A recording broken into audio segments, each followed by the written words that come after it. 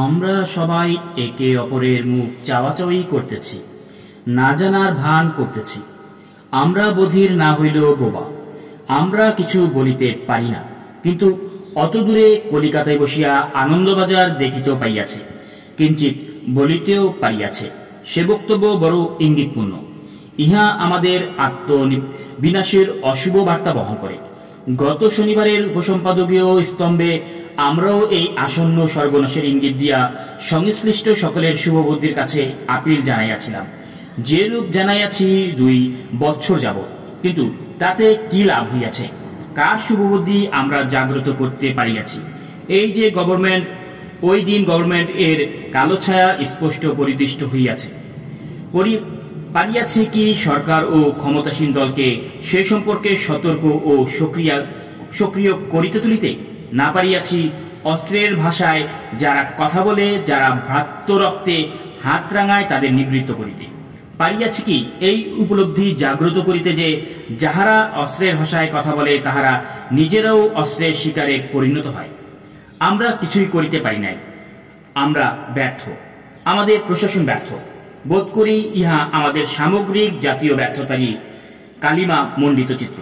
বাংলাদেশ জুড়িয়া প্রতিদিন প্রতি রাত্রিতে কত হত্যা, কত লুণ্ঠন, কত অগ্নিসংযোগ, কত শ্বেত সন্ত্রাস, কত মর্মান্তিক ঘটনাই তো ঘটিতেছে। এই বিশ্ববিদ্যালয়ের চত্বরেও গত 1 বছর সোয়া বছরের মধ্যে 4-5 বার বেআইনি অস্ত্রের প্রকাশ্য মহড়া হইয়াছে।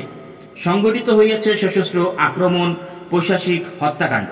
হলের পর হল লণ্ডভণ্ড হইয়াছে এবং অস্ত্রের মুখে হইয়াছে ব্যালট বাক্স ছিনতাই। প্রশাসন দুষ্কৃতকারীদের খুঁজিয়া বাহির করার দৃঢ় সংকল্প বারবার প্রকাশ করিয়াছে। পূর্ণ শান্তি নিরাপত্তা বিধানে নিশ্চয়তা দান করিয়াছে।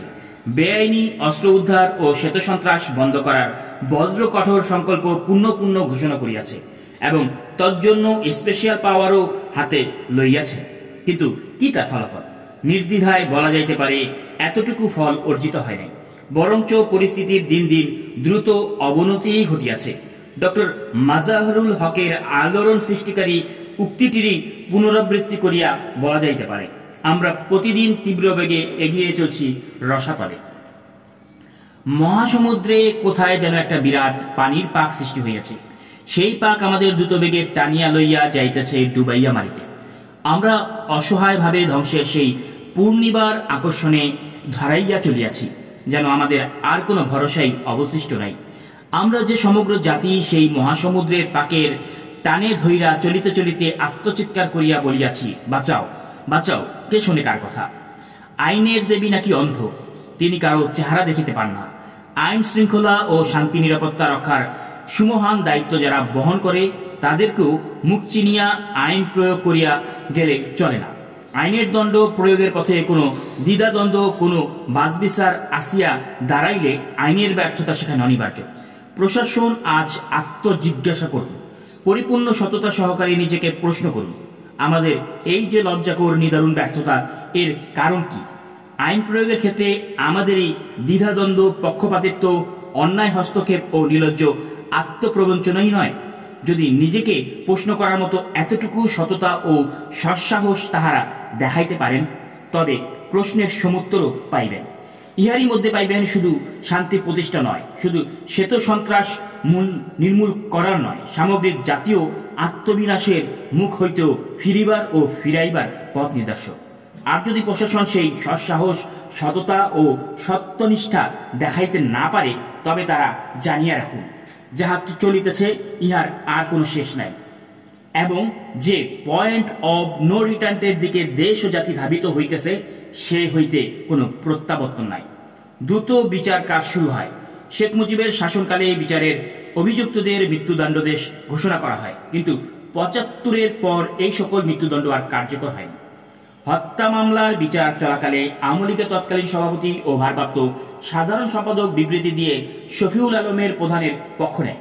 পুরো মুজিব শাসনকালে কেবল এই একটিমাত্র হত্যাকাণ্ড তদন্ত ও বিচারের আওতায় এবং তার সব খবর সংবাদ মাধ্যমে প্রচারিত হয়েছিল। শফিকুল আলম প্রধানের গ্রেপ্তারের প্রতিবাদ বিশ্ববিদ্যালয় ক্যাম্পাসে মিছিল বের হলে তাতে অজ্ঞাত পরিচয় ব্যক্তিরা গ্রেনেড ছুড়ে মারে। মুহসিন হলে 7 ছাত্রলীগ কর্মী হত্যার কয়েক মাস আগে 1973 সালের 6 সেপ্টেম্বর রাতে ঢাকা বিশ্ববিদ্যালয় ক্যাম্পাসে একই সঙ্গে আসাদ, শহীদ, মিন্টু ও মোস্তাক নামে 4 যুবক হত্যা করা হয়েছিল। এরা ঢাকা বিশ্ববিদ্যালয়ের শিক্ষার্থী না হলেও ছাত্রলীগ কর্মী ছিল। এই ঘটনা ছিল মুজিব বাহিনীর উপর উপদলীয় কোন্দলের জের।